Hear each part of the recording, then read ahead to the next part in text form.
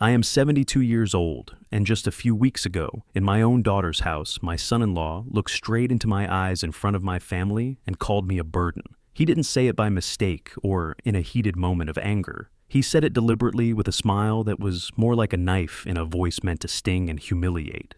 The word cut deeper than any insult I had ever received in my long life because it wasn't coming from a stranger on the street.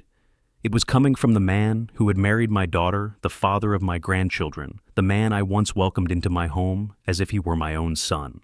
It happened on a Sunday evening, the kind of evening that should have been ordinary and warm, filled with laughter, the smell of roasted chicken, the clinking of glasses.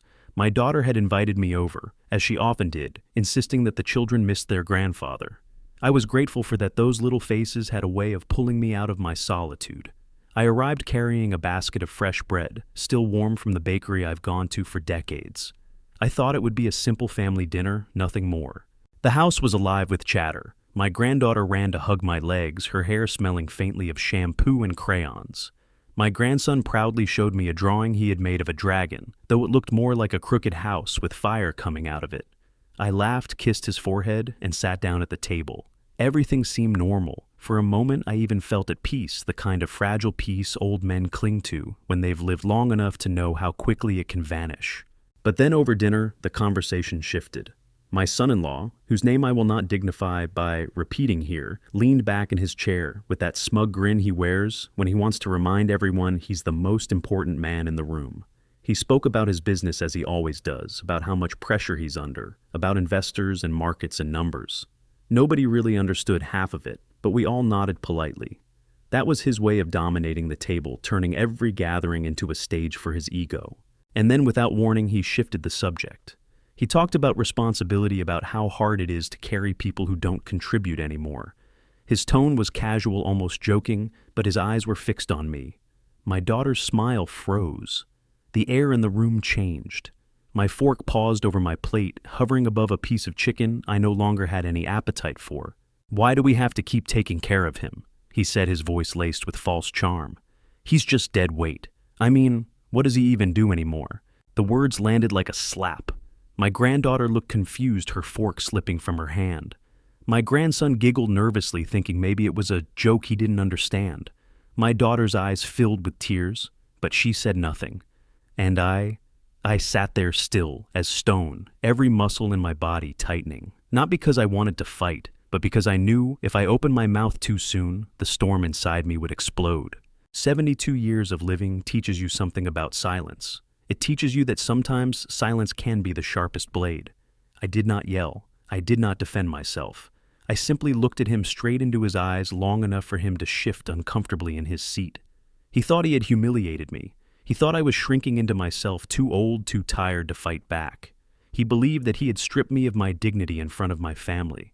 But what he didn't know, what he could not possibly imagine, was that every boast he made about his company, every drink he raised to his so-called success, every suit he wore to show off his power, all of it was hanging by a thread that I held in my own hands. Because you see, his empire, his proud, glittering company, was drowning in debt. Debt so large it would crush a man if he ever stopped to truly face it. And what he didn't know, what not even my daughter knew, was that the debt wasn't owned by faceless banks or shadowy investors. It was owned by me. Every late-night phone call he makes, every desperate meeting with investors, every sleepless hour he spends, wondering how to keep it all afloat, he doesn't know it yet. But those chains are tied to me. I am not his burden.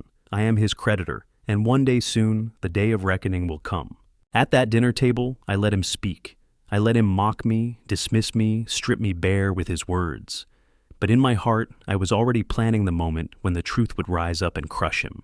He thought I was the old man he could push aside, the dead weight he could laugh about. But I am the weight that will sink him. So now I ask you, what would you have done in my place?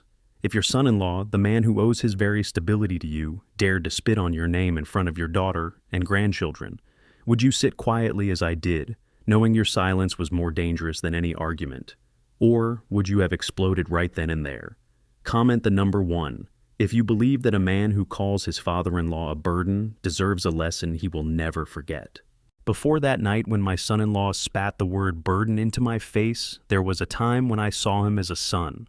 I still remember the first day my daughter brought him to meet me. She was glowing with that unmistakable brightness young women carry when they believe they've found their forever.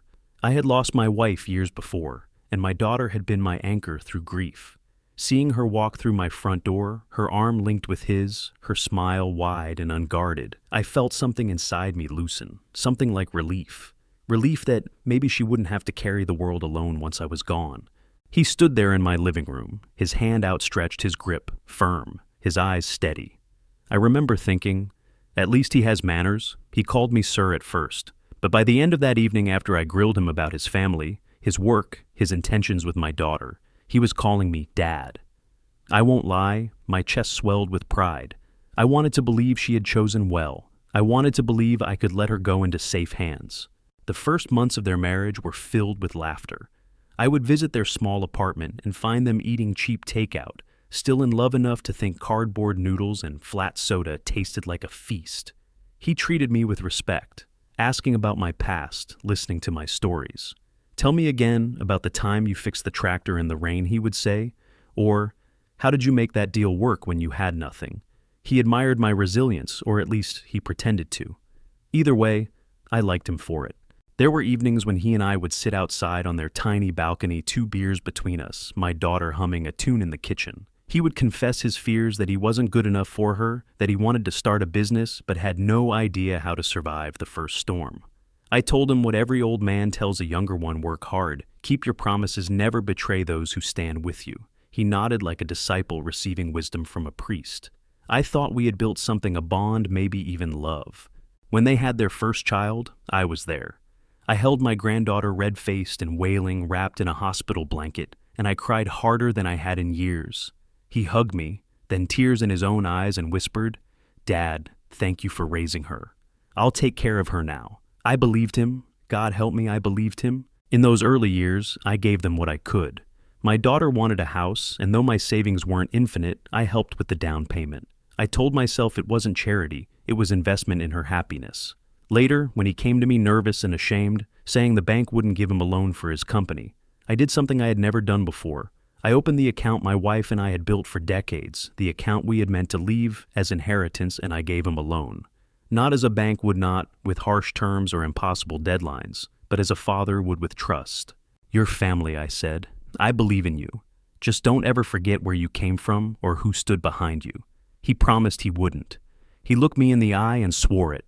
My daughter hugged me, crying with gratitude. For a while, it felt like the right decision. His company grew, at least on the surface.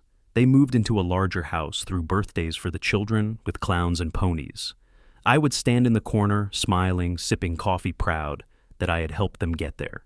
There were small things that meant the world to me, like the day he bought me a new pair of shoes, insisting I shouldn't walk around in the old worn ones, or the time he drove me home late at night after I had too much to drink at a family gathering, and he said, "Don't worry, Dad, I'll always look out for you." Moments like those planted seeds of loyalty in me. I thought maybe after all the years of carrying life alone, I had found another man in the family who respected me, who valued me, who would carry on the spirit of integrity I had fought so hard to preserve. If only life had stayed that way. If only people remained who they were in the beginning. But the truth is, power changes people. Money reveals them. And gratitude fades faster than anyone dares to admit. When I think back to those early years now, it feels like looking at faded photographs, smiling faces, hands clasped, promises made in good faith. I see him carrying my daughter across the threshold of their first home. I see him pushing a stroller while my granddaughter reached for his face. I see myself beside him, clapping him on the shoulder, calling him son. It all looks beautiful, doesn't it? And maybe that's why the betrayal later cut so deep. Because when you invest not just money, but trust, dignity, and love into someone, and they repay you with scorn, it's not just disappointment, it's devastation. The irony is that he has forgotten those days. He struts around now as if he built everything with his bare hands, as if the foundation of his so-called empire wasn't poured with the sweat and sacrifices of the man he now calls useless. He thinks of me as a relic, a shadow, a dependent. But I remember every moment he leaned on me, every time he called me Dad, with sincerity in his voice, every time he swore he would never take me for granted. I sometimes wonder, do men forget so easily? Or do they choose to forget because gratitude is too heavy to carry once they believe themselves powerful? Perhaps it doesn't matter. What matters is this.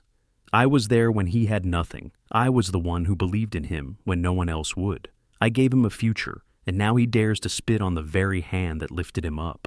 Tell me, do you believe families should always remember the hands that pulled them out of the dark? Or do you think it's natural for people to forget once they've climbed too high to look back? Type, okay, if you believe families should never forget who helped them rise no matter how high they climb.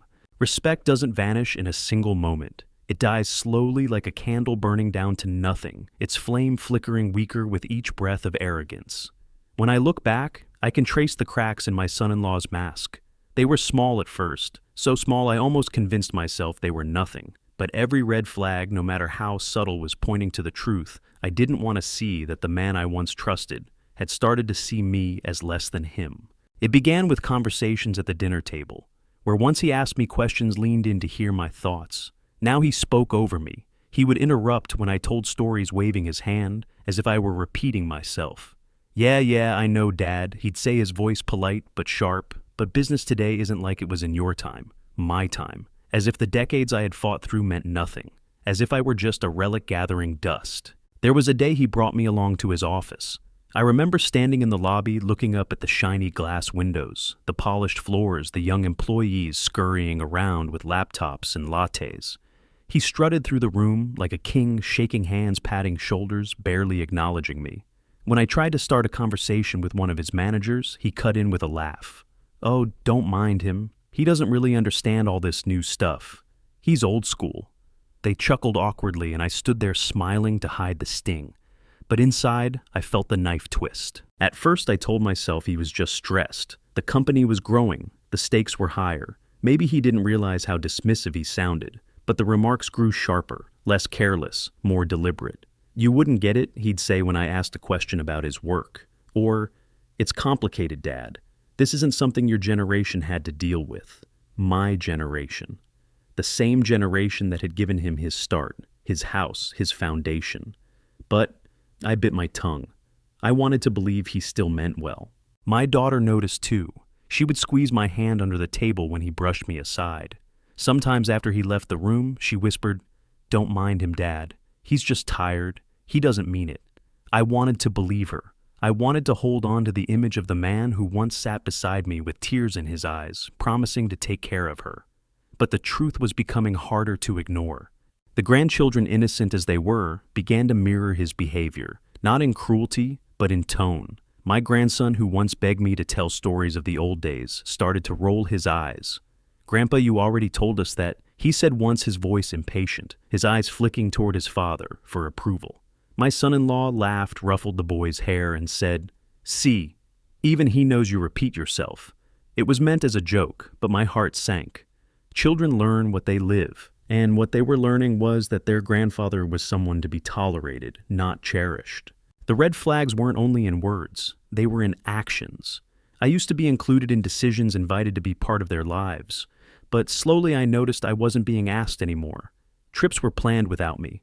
Business celebrations came and went, with photos posted online that I was never invited to join. My daughter would make excuses. "Oh, it was last minute, Dad. I'm sorry, we didn't think you'd want to come." But I could see the pattern. He was cutting me out, step by step, until I was just a ghost, hovering at the edge of their world. There was one night that still burns in my memory. He had been drinking, his voice louder than usual, his words less careful. He told a friend over the phone, not knowing I could hear, "The old man's just dead weight. He can't help with anything anymore. We're the ones carrying him now." Those words hit me like a blow. Dead weight. A burden. I sat alone in the living room, the glow of the lamp casting shadows across my hands. Hands that had once built, fought, bled for this family. Hands that had lifted him when he had nothing. And now to him, I was nothing. I should have confronted him then. I should have looked him in the eye and reminded him of the loan I gave, the roof I helped build, the food I put on his table when he was still struggling. But I stayed silent, not because I was afraid, but because I knew. I knew silence is a weapon. I knew that letting him believe I was powerless was the best camouflage I could wear. He thought he was seeing weakness. What he was really seeing was patience. Patience is the armor of old men. We learn to wait to endure, to watch storms gather until they break on their own. He was too arrogant to notice the cracks in his own life. He thought the insults he threw at me were harmless, that I would forget them. But every word was stored, every glance, every dismissal tucked away like ammunition for a war he didn't even know he was starting. My daughter kept pleading with me, "Dad, please just ignore him. He doesn't mean it." But there's a truth I've learned in 72 years. People always mean it the first time they say it. That's when the truth slips out before they cover it with excuses. He meant it. He truly believed I was irrelevant. And yet, through all of this, he had no idea what was coming. He had no idea that his company, the very pride of his existence, was drowning in debt. Debt that had a name attached to it. My name.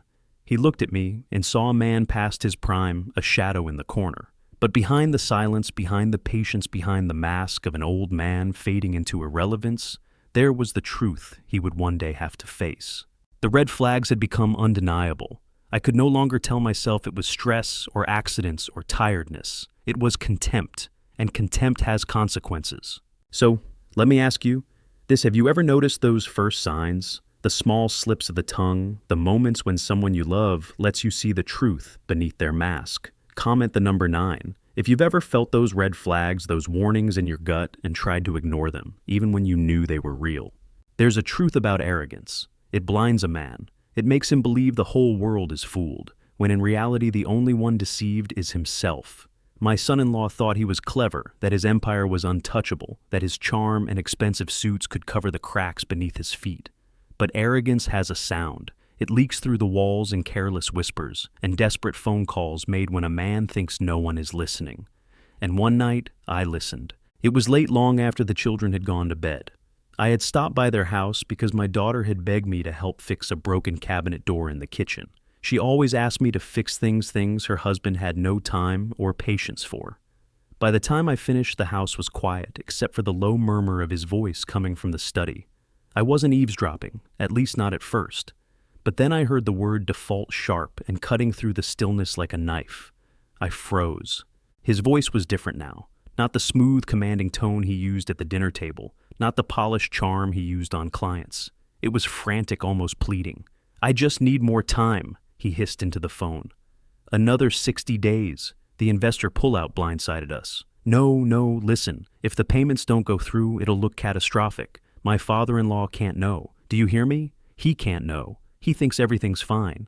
I leaned against the wall, my heart pounding. My father-in-law can't know. The irony nearly made me laugh out loud, because the truth he didn't realize was that I already knew. In fact, I knew more than he ever could imagine. He went on, his voice breaking now, stripped bare of all pretense. Yes, I understand the debt holders have no patience left.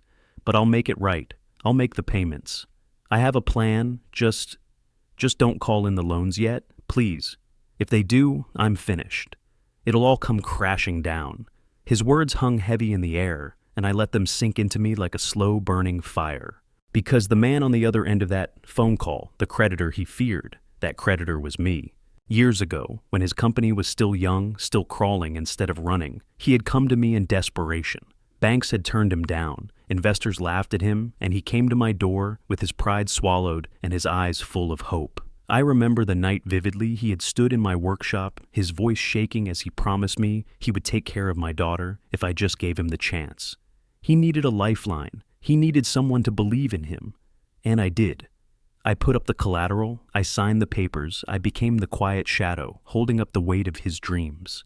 Over time, I didn't just help once, I helped again, and again.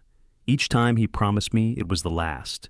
Each time he looked me in the eye and said he was on the verge of a breakthrough. I believed him, not because I was naive, but because I wanted my daughter's life to be secure. I wanted my grandchildren to grow up without fear, and because I knew what it was like to be a young man struggling against the world. But I wasn't foolish. Every agreement, every loan, every safety net I offered him, I tied it to myself. Legally, quietly, efficiently. On paper, he owed the banks, but behind the banks, he owed me. The strings all led back to my hands. He thought I was his benefactor. He thought I had faded into irrelevance. What he never understood was that I had become the architect of his survival, and if I chose to pull one thread, his entire empire would unravel. So I stood there in the dim light of his hallway, listening to him beg some faceless voice for mercy, swearing that his father-in-law could never find out. And I felt something I hadn't felt in a long time: clarity. The insults, the dismissals, the contempt, all of it had been built on a foundation of lies. He strutted around the city pretending to be powerful, but his power had always been borrowed, and the man he mocked as a burden was the very man keeping him afloat. I remember stepping away from that door, walking quietly back through the house. My daughter was asleep on the couch, a blanket pulled over her shoulders, a soft sigh escaping her lips. I stood there for a moment, looking at her, my heart breaking, because she didn't know. She thought her husband was strong, dependable, a man building a future. She had no idea that her future was being mortgaged against my name, and worse, she had no idea that the same man who sneered at her father was gambling away everything she depended on. When I left that night, I didn't slam the door. I didn't confront him in the study. I simply walked into the cool night air and let the silence settle into my bones. Because I knew something he didn't. I knew the game was over. Not tonight, not tomorrow, but soon. And here's the twist that he will never forget. He thought he had humiliated me at that dinner table, stripping me of my dignity with his words. But he didn't understand. The man he called dead weight is the one holding the keys to his kingdom. The man he tried to erase is the one who can erase him with a single phone call. I sat in my car for a long time, the engine off, the streetlights casting pale shadows across the hood. I thought about Loretta, my late wife, and the promise I had made to her when our daughter married him. Protect her, she had whispered to me, her hand weak in mine. No matter what, protect her. And in that moment, I knew the time for patience was ending. So, let me ask you, if you discovered that the man who disrespected you, who mocked your life's work, was living on borrowed power that you alone controlled, what would you do? Would you forgive him? Would you warn your daughter? Or would you wait? Let him tighten the noose around his own neck and then pull the rope when he least expected it. Comment the word yes if you believe some lessons in respect must be taught the hard way. Because I promise you this, he thought he was playing a game, but the game was mine all along. After that night when I stood in the shadows and listened to him beg faceless creditors for mercy, I stopped seeing my son-in-law as a man. He became a clock, a ticking clock counting down toward his collapse. And the truth is, once you hear the ticking, you can never unhear it. Every dinner, every handshake, every smug smile after that was just noise underneath the rhythm of his downfall. I didn't rush. Men who rush make mistakes. I learned long ago in my own battles that patience is the sharpest blade. You don't strike when you're angry, you strike when the enemy believes he is safe. And that's what I did. I waited. But waiting doesn't mean doing nothing. Oh no, waiting is preparation. It is gathering small pieces of information, planting seeds, pulling at threads until the fabric begins to tear on its own. The first ripple came from a banker, not Michael, my closest ally, but another younger man who owed me a favor. He told me casually over coffee that my son-in-law had been trying to renegotiate terms behind closed doors. Larger loans, higher risks. He didn't know that the name on the back of those loans was mine. He thought he was speaking about some faceless institution. I smiled and nodded, hiding the fire in my chest. Every desperate move my son-in-law made only bound him tighter to me. The second ripple came from my daughter. She sat across from me one afternoon, her hands trembling as she stirred her tea. "Dad," she whispered, "have you noticed he's been different?" Her eyes darted to the floor. "Sometimes he comes home late. Sometimes he says he's with clients, but..." She didn't finish. She didn't have to. The cracks were spreading in more places than one. I didn't tell her what I knew, not yet. I let her believe I was blind. But inside, I marked another strike against him. Disrespect was one thing. Dishonesty to my daughter, that was war. Then came the whispers from the community. Old friends of mine, men and women who ran catering businesses, hotels, printing companies, started mentioning unusual calls. His office asking for discounts, his assistants fishing for payment extensions. Little things, a late check here, a bounce deposit there. Nothing that screams collapse on its own, but when you've lived as long as I have, you learn to read the tremors before the earthquake.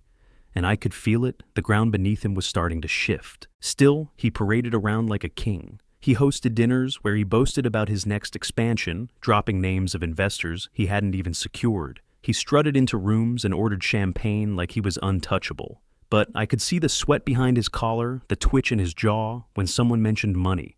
To everyone else, it looked like confidence. To me, it looked like fear disguised as arrogance.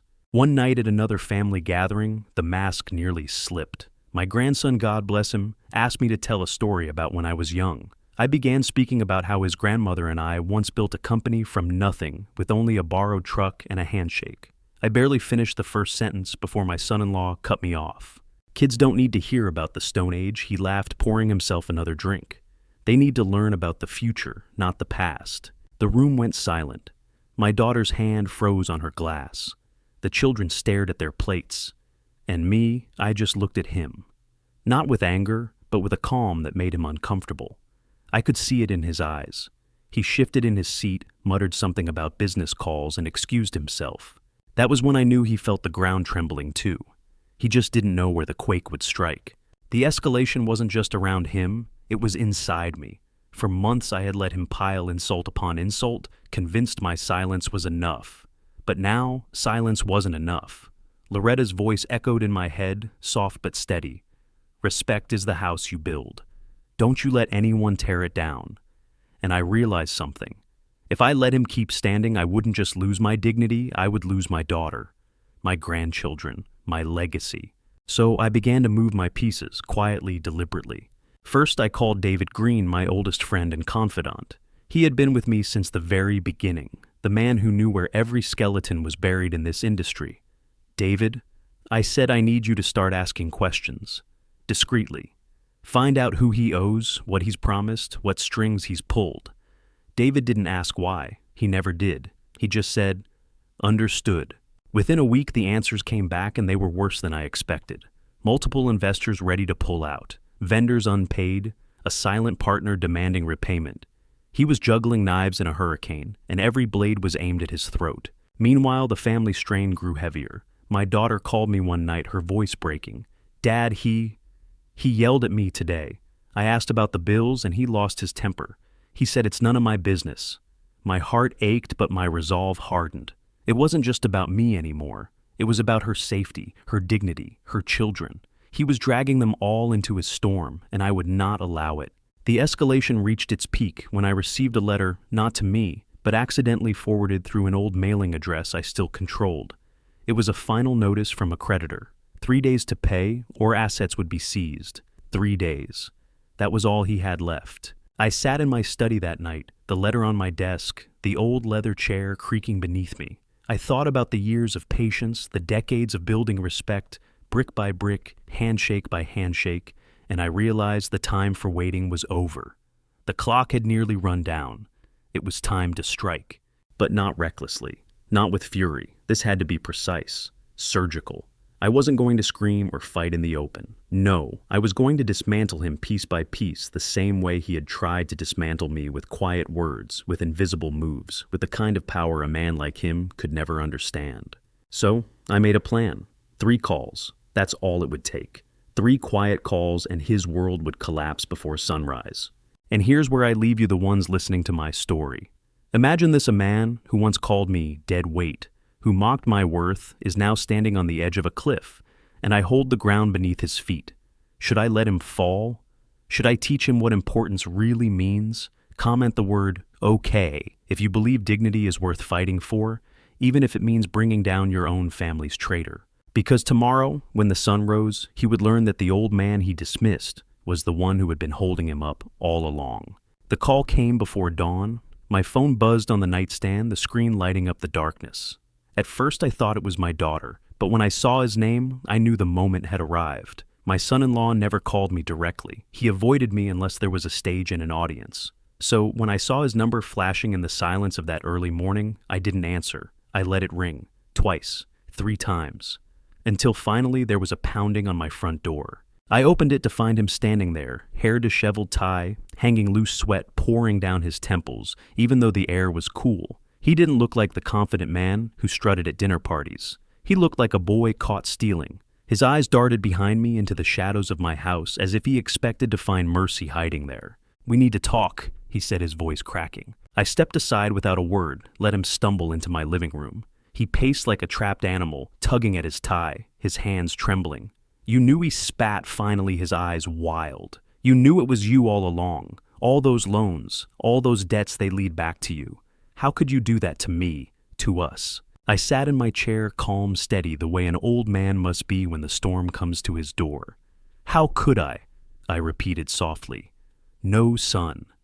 The question is, how could you? His face twisted with rage. You were supposed to help me. You said you believed in me, and now you're trying to ruin me to take everything away. I leaned forward, my hands resting on my knees. Ruin you. You've been doing that yourself for years. All I did was hold the rope while you wrapped it around your own neck. Every deal you made, every lie you told, every insult you spat at me in front of my daughter and grandchildren, you tied the knots yourself. He froze then, his chest heaving, his eyes narrowing. That night he whispered, when I called you a burden. You were already planning this, weren't you? I smiled not with joy, but with the heavy certainty of truth. No. That night, I decided patience had gone on long enough. But the planning, that was long before. The moment you forgot who gave you your first chance, the moment you chose pride over gratitude, that's when this ending began. He slammed his fist against the mantel, knocking down a framed photograph of my wife Loretta. The glass shattered across the floor. I didn't flinch. I only stared at him, and my silence cut deeper than any words. He bent down, his voice breaking now. You can't do this, old man. If you call in those debts, I'm finished. My company, my name, everything gone. And what about your daughter? Your grandchildren? You'll destroy them too. That was the dagger he thought would pierce me. My daughter. My grandchildren. But he didn't understand. I had already thought of them. I had already made arrangements, already spoken to lawyers and trustees. The company's assets wouldn't vanish into smoke. They would be transferred, controlled, protected. Not for him, but for them. For my blood. You speak of my daughter?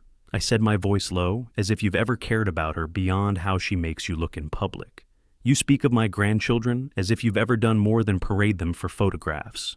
Don't you dare use them as your shield. They don't need your empire of sand. They need stability. They need dignity. And that is something you can no longer give. He staggered back, his face pale. So that's it. You're going to strip me of everything, after everything I built. Built? I rose slowly from my chair, my shadow stretching across the room. You built nothing. You borrowed. You begged. You leaned on my shoulders and called it strength. You spent my sacrifices and called it success. And then, when you thought the world was watching, you spat on me. You called me useless, a burden. Tell me what kind of man calls the very foundation beneath his feet a burden. The room went quiet. The only sound was his ragged breathing, the clock ticking on the wall. For a moment, he looked smaller than I had ever seen him, smaller than even that first day when he stood in my workshop trembling as he asked for a chance. The pride was gone, stripped away by truth. Please, he whispered finally, his voice breaking. I'm begging you, don't do this. Give me another chance. I shook my head slowly. Another chance? You had years of chances. And you spent them mocking the very man who kept you alive. His knees gave out and he dropped onto the couch, his hands covering his face. He was broken, shattered, and in that moment I felt no triumph, only justice. I walked to the window, pulled back the curtain, and looked out at the dawn breaking over the horizon. The light touched the photograph of Loretta on the mantel, the broken glass glinting like a warning. I thought of her words again. Protect her, no matter what. Turning back to him, I delivered the final blow. You called me a burden, but the truth is, the burden has always been you, and today I lay it down. You will step aside. My daughter will inherit the company. The grandchildren will grow in a world not built on lies, and you will finally understand what it means to be powerless. He looked up at me, then eyes wet, mouth open to argue, but the words died in his throat. He knew it was over. He knew the old man he mocked was the very man who had the power to end him. And that, my friends, is the climax of this story. The moment when a proud man's mask was ripped away, when arrogance met its reckoning, when silence finally spoke louder than words. So, I ask you now, if a man who insulted you, who spit on your dignity, fell to his knees begging for mercy, would you grant it? Or would you let him taste the justice he earned? Comment yes, if you believe respect must be demanded, not begged for. When the storm finally broke, it didn't roar like thunder. It whispered. Quiet signatures on legal documents, silent transfers of ownership, discreet meetings behind closed doors. Within a week, the empire he boasted about was gone, from his grasp sliding through his fingers like sand. And yet, the world didn't stop turning. The city didn't mourn him. People who once praised his brilliance now avoided his calls, their respect dissolving faster than the ink on his contracts. I made sure it was clean. No public humiliation, no tabloid spectacle. That was never my goal. Justice isn't always loud. Sometimes it's surgical. The company shifted into new hands, my daughter's hands.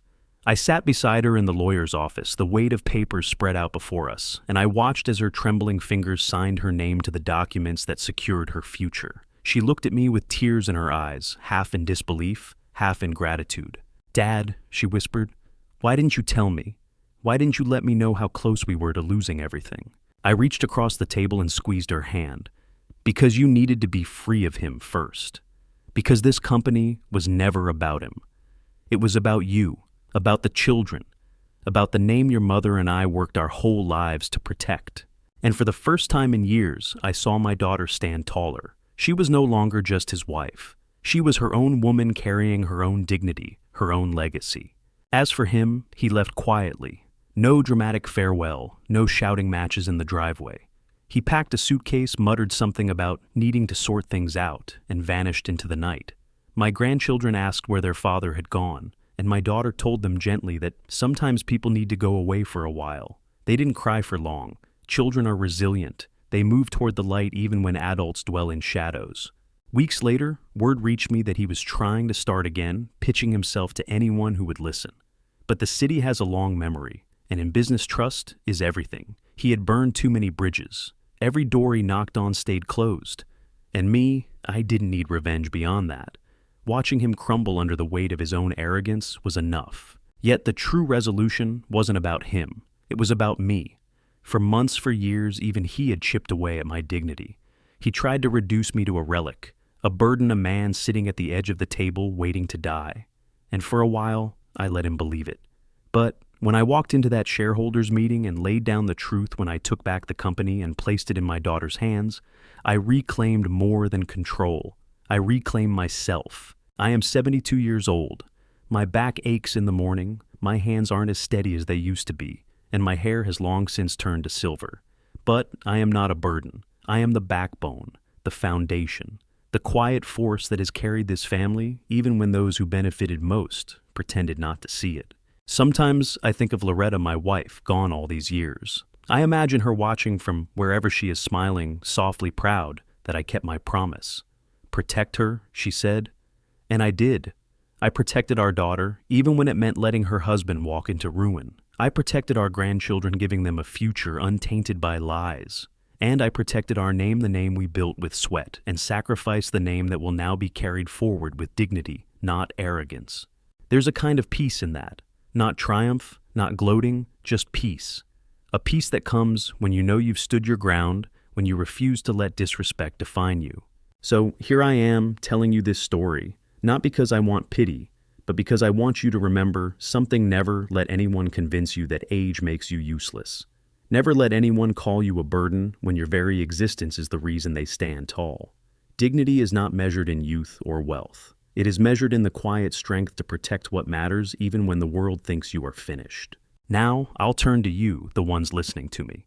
Imagine yourself in my shoes. Imagine hearing your own son-in-law, the man who owes his entire livelihood to you, call you dead weight in front of your daughter and grandchildren. Would you forgive him even after he begged, or would you let him face the justice his arrogance earned? Comment "forgive" if you believe mercy has its place. Comment "never" if you believe some betrayals cut too deep to excuse. Either way, tell me, because sometimes sharing your truth is the only way to heal the wounds left by disrespect. And as you type your answer, remember this: burdens can be lifted, yes, but backbones. Backbones are what keep families standing, and I, at 72 years old, will never again let anyone forget that I am not a burden. I am the backbone.